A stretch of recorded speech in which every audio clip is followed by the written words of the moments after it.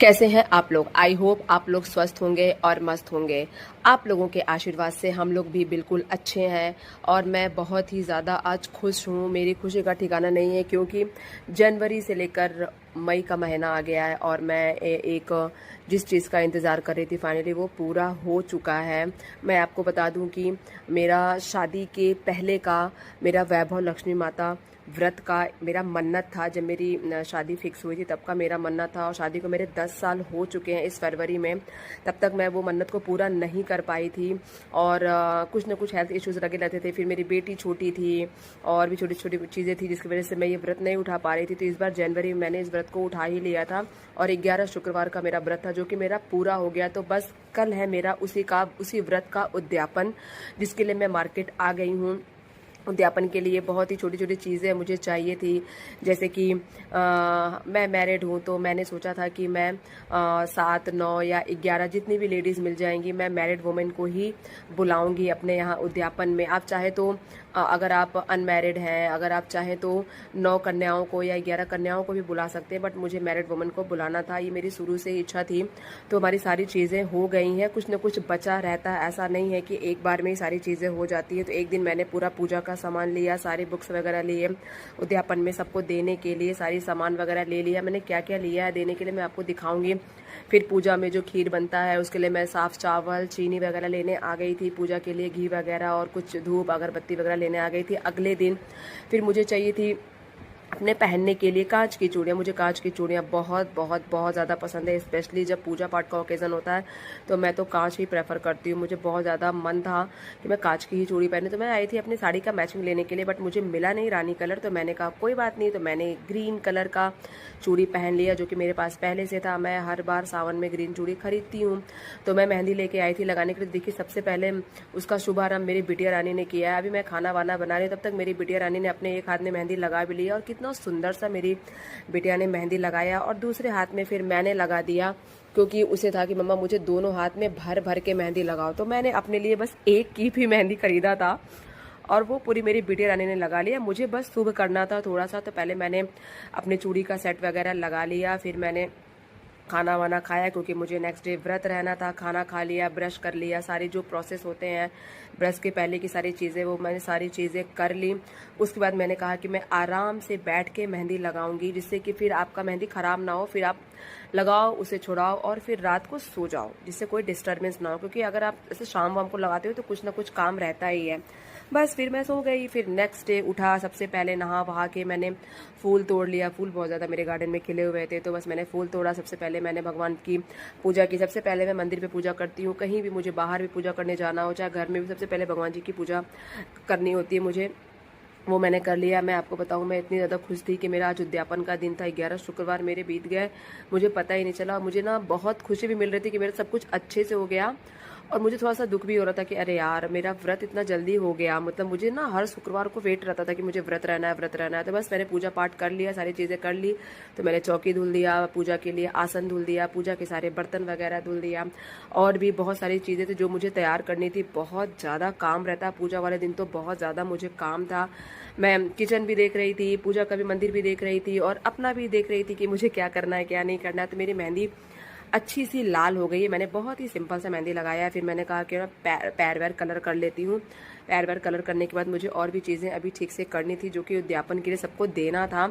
तो वो मैं सबको लगा रही थी। मैंने सबको 5 सुहाग की चीज़ें दी थी। तो ये आपको दिख रही होगी 5 चीज़ें। तो मैंने 5-5 का सेट लगा के रख दिया था और सबके साथ एक एक बुक वगैरह भी देना रहता है। ये वैभव लक्ष्मी माता का जो व्रत होता है बहुत ही ज़्यादा सिंपल होता है, बहुत ही अच्छा होता है और क्या बोलते हैं इसमें ज़्यादा कुछ नियम कानून नहीं होता है। मैं इसका एक शॉर्ट्स भी आपसे शेयर करूंगी कि उसका व्रत कैसे करें और उद्यापन कैसे करें, वो मैं शॉर्ट्स भी आपसे शेयर करूँगी। तो मैंने पहन लिया है अपना पायल और अपना बिछुआ जो कि मुझे बहुत ज़्यादा पसंद है।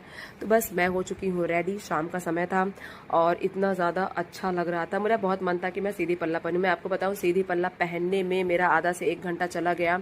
मैं 5 बजे पूजा पे बैठने वाली थी, मैं 6 बजे बैठी क्योंकि मुझे सीधी पल्ला पहनने ही नहीं आ रहा था। हाँ, ओपन में मैं पहन लेती हूँ और देखिए कि मैं आपको बहुत हड़बड़ी में दिखाई भी दे रही हूँगी। फटाफट मैं दौड़ के अंदर बाहर पूजा ये वो, क्योंकि सबको मैंने बुलाया भी था तो मुझे फटाफट पूजा करना था। फटाफट नहीं, मतलब पूजा पे मुझे बैठना था। पूजा तो मैंने बहुत आराम से किया, मैं बहुत आराम से करती ही हूँ। तो ये देखिए मेरी हरी हरी चूड़ियाँ और मेरी रानी रानी साड़ी। तो मेरा ओवरऑल लुक कैसा लगा बताइएगा ज़रूर, और मैंने कैसा पहना है उसको अवॉइड करना, बट मेरा लुक कैसा लगा उस पर ध्यान देना और मुझे कमेंट करके ज़रूर बताना कि फर्स्ट टाइम आपने मुझे सीधी पल्ला में देखा है तो मैं आपको कैसी लग रही हूँ।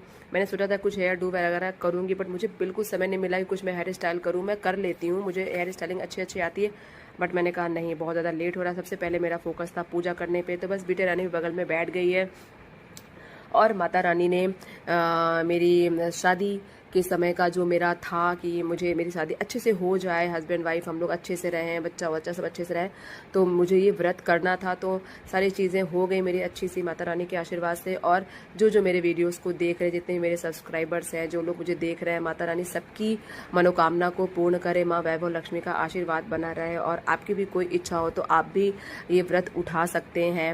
मैंने शादी के पहले उठाया था अपने पतिदेव के लिए, तो आपकी जो भी इच्छा हो आप वो कर सकते हैं। तो देखिए कि मैंने पूजा कर लिया, मेरी भाभी आ चुकी थी, एक भाभी आ चुकी थी, फिर ये एक और भाभी आ गई मेरी। उसके बाद मैं छत पे गई, फटाफट पतिदेव को, सबसे पहले मैंने पतिदेव का आशीर्वाद लिया, फिर मैं नीचे आ गई, फिर मैंने नीचे किचन में पूरा सामान वामान रेडी किया, फिर मम्मी लोग आ गई। मैंने जितने लोगों को बुलाया था सारे लोग बैक टू बैक आ गए। मैंने बुलाया था अपनी भाभी लोग को और अपनी मौसी को, अपनी मामी को, ये सारे लोग मेरे घर के अगल बगल ही रहते हैं, तो सारे लोगों को मैंने बुलाया था, सब लोग आ गए। और फिर देखिए मैं फटाफट सारी चीज़ों को रेडी कर रही हूँ, सब लोग बैठे हुए हैं। और उसके बाद जब सारे लोग इकट्ठा हो गए थे, बस एक नानी और बची थी आने के लिए, बस वो आ गई थी। मैंने कहा कि सबका पैर रंग दिया जाए।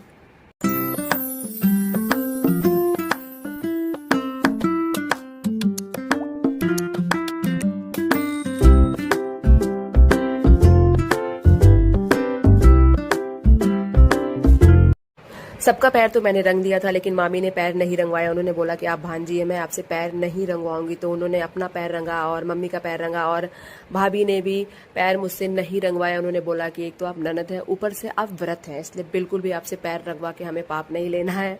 तो फिर भाभी ने अपना पैर रंगा और मेरी बिटिया रानी का पैर रंगा, और बस सब लोग बैठे थे। उसके बाद सबका पैर वैर रंगा गया, तो उसके बाद मैंने सबको खीर लाके दिया, सबको प्रसाद दिया, सारी चीज़ें की है। मैं और मेरी बिटिया रानी ने सबको खीर खिलाया, प्रसाद दिया, सारी चीज़ें। तो देखिए पैर रंगने के बाद मैं आ गई पूजा रूम में। यहाँ पे जो नारियल चढ़ती है चौकी पे, इसी को प्रसाद के रूप में सबको दिया जाता है। तो और उस पे जो हमने बतासा चढ़ाया था, उसको सबसे पहले अपने बच्चे और अपने हस्बैंड को दिया जाता है। तो मैंने वो बतासा अपने बिटिया रानी को और पतिदेव को दिया, फिर नारियल छिल गया, फिर उसके बाद उसको भी प्रसाद के लिए रख दिया सबको देने के लिए, फिर सबको खीर दिया।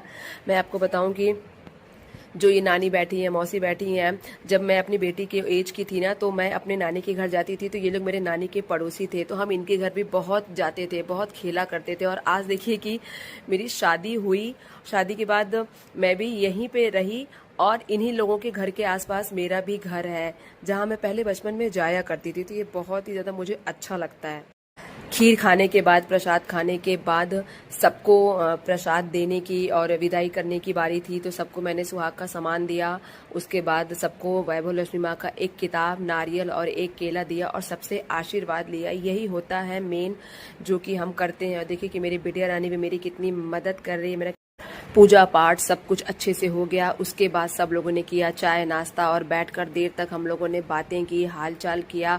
मैंने भी अपना जो मुझे खाना था, अपना फलहार मैंने भी खा लिया। सबने बोला कि पूजा पाठ हो गया, आप भी अपना फलहार खा लो, तो बस मैं भी अपना खा ली थी। उस पर बैठी, सबके जाने का समय आ गया था।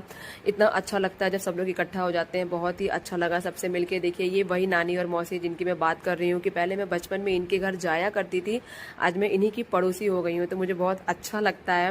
और फ्रेंड्स, अगर आपको मेरा ये आज का वीडियो अच्छा लगा हो, so please do like, share and subscribe to my YouTube channel which is Priyanka passion. Mata Rani आप सबकी भी मनोकामना को पूर्ण करें। तो देखिए कि सबके जाने का समय हो गया है, सारे लोग चले गए थे। मेरी बिटिया रानी भी चली गई थी मम्मी के साथ अपने नानी के घर। उसको तो बस लगता है कि कब नानी के घर भागे, तो बस वो भी चले गए, सारे लोग चले गए। फिर भाभी बैठी थी, मैंने भाभी को बोला कि आपको थोड़ा देर बैठना होगा, तो भाभी बैठी थी। फिर मेरा भतीजा भी आ गया, तो हमने फिर बहुत देर तक गप्पे शप्पे लड़ाए, हम बैठे थे। बहुत ही अच्छे से सारी चीज़ें संपन्न हो गई, मुझे बहुत अच्छा लगा। माता रानी की कृपा से, आशीर्वाद से सब कुछ बहुत अच्छा लगा, बहुत अच्छे से हो गया। भाभी को भी जाना था क्योंकि उन्हें माधव को भोग लगाना था। फिर मैं भी आ गई शाम का दिया दिखाने के लिए, शाम की आरती करने के लिए। मिलती हूँ आपसे अपने नेक्स्ट वीडियो में। बाय बाय, टेक केयर, अपना ख्याल रखिए।